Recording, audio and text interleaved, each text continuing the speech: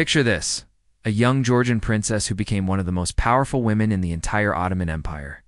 Can you imagine being just a teenage girl, torn away from your family, carried thousands of miles from home, and then ending up controlling the fate of one of the world's greatest empires? That's exactly what happened to Mihrişah Valid Sultan, and trust me, her story is absolutely mind-blowing. Her journey starts like a fairy tale, but reaches its peak in a world full of palace, intrigue, and political drama. But here's the thing, her story isn't just about beauty and power. It's packed with motherly love, heartbreaking losses, and some seriously intense political battles that'll keep you on the edge of your seat. You want to know how a woman could become this powerful? What lengths mothers will go to for their sons? How palace conspiracies actually worked back then? Then you need to stick around for this incredible story. This is the fascinating and dramatic tale of an extraordinary woman who left her mark on history. So, back in 1745 in the snowy mountains of Georgia in the Caucasus, a little girl named Salome was born into a noble family. Yeah, that's right. Salome was her real name, the girl who would later become Mihrişah. Now, Georgia at that time was under Ottoman protection, but the region was constantly caught in this crazy rivalry between Russia and the Ottoman Empire. Little Salome's childhood was spent in the foothills of the Caucasus Mountains, living the spoiled life of a noble family's daughter. Her father was from one of the region's leading families, and her mother was this elegant woman raised according to Georgian traditions. Sounds pretty peaceful, right? But then, in the early 1760s, everything changed for this young girl. During the political turmoil in the region, she was probably captured during a raid or war. This was super common in the Caucasus back then. Beautiful young girls would be taken as captives and brought to Istanbul to be sold to the palace. For 15 to 16-year-old Salome, this must have been absolutely traumatic. I mean, imagine one day you're with your family. The next, you've lost everything. Your family, your homeland, your language, your religion. After being brought to Istanbul, she was evaluated at the slave market. Thanks to her beauty and noble bearing, she was selected for the top-copy palace harem. And here's what happened first. They changed her religion. Salome, who was Christian, became Muslim and was given the name Mihrişah. This name means like the sun, and honestly, it seemed to symbolize her bright future perfectly. Getting used to harem life wasn't easy at all. In this closed world where hundreds of women lived, everyone had one goal: to catch the Sultan's eye.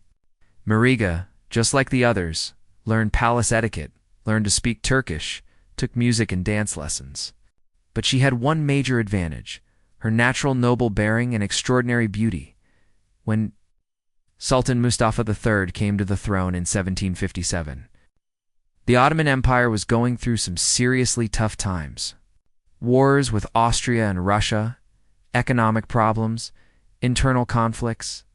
The Sultan needed some happiness in his personal life too. And that's exactly when young and beautiful Mihrişah caught the Sultan's attention. Their first meeting probably happened in the harem gardens or during music performances. Sultan Mustafa III wasn't just impressed by Mihrişah's beauty, he was totally fascinated by her intelligence too. Look, there were hundreds of beautiful women in the harem at that time, but there was something different about Mihrişah. Maybe it was because of the noble education she received in her childhood. She was both elegant and proud. She didn't seem too indifferent or too eager toward the Sultan, and this balance was exactly the kind that caught men's attention. It didn't take long for her to become the Sultan's favorite. Mihrişah's intelligence and beauty made her the center of attention, not just for the Sultan, but for the entire palace. Her relationships with the Valid Sultan Mustafa, the third's mother, other women, and palace officials were super important. Because in the palace, nobody could be powerful alone. You needed alliances. Sultan Mustafa I's love for Mihrişah wasn't just about physical attraction. The Sultan would ask for her opinion on state matters too. This was a huge deal, because Ottoman sultans didn't just love beautiful women, they also appreciated the intelligent ones. Mihrişah's Georgian origin was also an advantage because Caucasian women were famous for both their beauty and loyalty at that time. Then in 1761, the happiest and most critical moment in Mihrişah's life arrived. She gave birth to Prince Selim. This child would later ascend to the throne as Sultan Selim III and become a reformist ruler. But of course, nobody could know that back then. For Mihrişah, this birth meant everything. She wasn't just the Sultan's lover anymore. She was a prince's mother. Giving birth to a male child in the Ottoman palace had enormous significance. This catapulted Mihrişah's position in the palace to the top. She was no longer the second lady or third lady. She was now a potential valid sultan. Because if her son ascended to the throne in the future, she would become the valid sultan. Prince Selim's birth affected not just Mihrişah, but the entire palace. Other women now treated her more respectfully. Palace officials spoke to her more politely. Even the valid sultan started taking her more seriously. But this new position also brought new responsibilities. She now had to think not just about herself, but about her son's future too. Mihrişah was super careful while raising Prince Selim. She taught her son both Ottoman traditions and passed on values from her own Georgian heritage. She did everything she could to ensure Selim would be a good sultan in the future. She hired private tutors, encouraged his interest in art and literature, and supported his learning different languages. Meanwhile, Mihrişah's relationship with Sultan Mustafa III deepened even more. They weren't just lovers anymore. They were parents with a shared child. The Sultan started seeing Mihrişah as his advisor in state matters too. It's said that Mihrişah's influence was behind some important decisions made during that period, but life wasn't going to bring Mihrişah only happiness. In 1774, an unexpected event changed everything. Sultan Mustafa III suddenly died. The news of the Sultan's death shocked the entire palace. For Mihrişah, this wasn't just losing the man she loved, her entire future became uncertain. According to Ottoman tradition, when a sultan died, his women were sent to the old palace. This meant Mihrişah's powerful position at Topkapi Palace would end. Plus, her son Selim was only 13 years old and too young to ascend to the throne. According to the Ottoman succession system, Mustafa, the third's brother, Abdul Hamid I, would ascend to the throne. This period was incredibly tough for Mihrişah. She was both mourning the man she loved and worrying about her future. With Abdul Hamid I ascending to the throne, Mihrişah faced an uncertain future. She didn't know how the new sultan would treat her and her son. Fortunately, Abdul Hamid I was a just sultan and didn't treat Mihrişah badly. But she no longer had her former power. Selim was allowed to continue his education, and she was kept in a respectable position. But she no longer had a say in state affairs like before. During this period, Mihrişah devoted all her energy to her son's education. She made every sacrifice to ensure Selim would be a good sultan in the future. She made sure he learned European languages, stayed informed about different cultures, and encouraged his interest in art and music. Thanks to this, Selim became one of the most cultured princes of his era. After waiting for 15 years, 1789 became a complete turning point for Mihrişah. When Abdul Hamid I died and her son Selim III ascended to the throne, Mihrişah finally received the valid sultan title she had dreamed of. She was now 44 years old and had become the most powerful person in the empire after the sultan, becoming valid. Sultan wasn't just a title.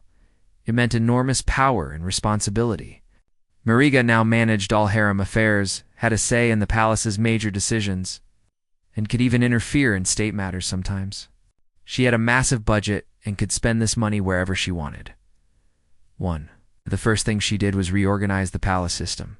She corrected the injustices she had observed over the years, dismissed incompetent people from their positions, and promoted talented ones. She re-established the balance within the harem and began governing with justice, the most important characteristic of Mihrişah as valid. Sultan was supporting her son's reformist policies. Selim III had begun comprehensive reforms called Nizam-i Sedid, or New Order. Western-style changes were being made in military, administrative, and educational areas. While Mihrişah supported her son's bold steps, she also tried to preserve traditional palace life. Mihrişah's charitable works as valid sultan were also very important. She had mosques, madrasas, and fountains built. She helped the poor and took care of the orphans. These charitable works weren't just religious obligations, they were also a way to gain respect in the eyes of the people. But being valid sultan didn't just mean power and wealth. Mihrişah constantly had to deal with political intrigues, palace conflicts, and external threats. Her biggest problem was dealing with conservative groups who opposed her son's reforms. The Janissaries were especially problematic. This old military class saw Selim III's efforts to establish a modern army as a threat to themselves. They rebelled multiple times, and Mihrişah had to constantly develop strategies to protect her son. Sometimes she had to be harsh, sometimes she had to follow soft policies. Palace intrigues were also a nightmare. Other sultan women, pasha's officials, everyone had their own interests, and they all had their eyes on Mihrişah's power.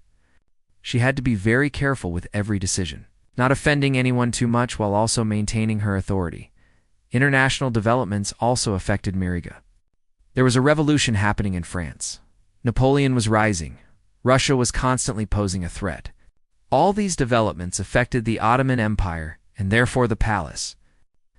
Mihrişah had to consider not only palace intrigues but also the effects of world politics.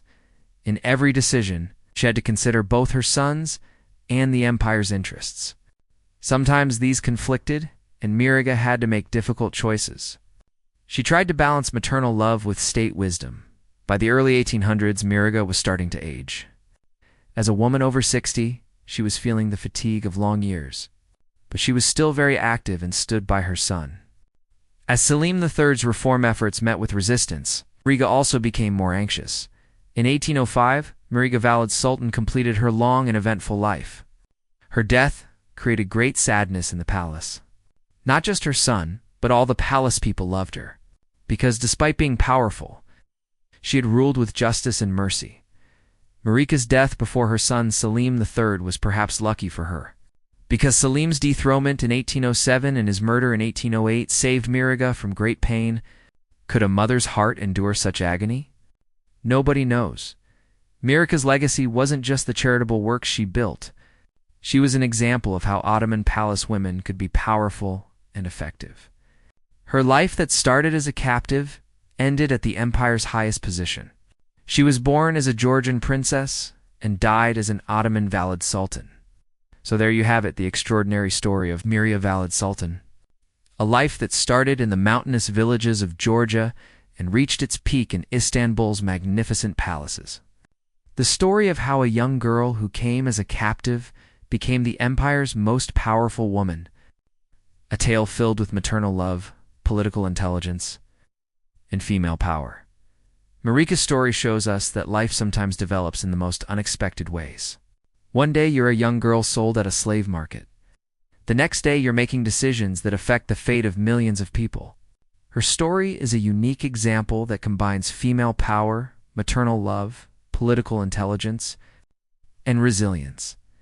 If this captivating story has affected you too, and you want to hear more stories about this mysterious world of Ottoman history, don't forget to like our video and subscribe to our channel, because there are hundreds of fascinating stories like this in Ottoman palaces.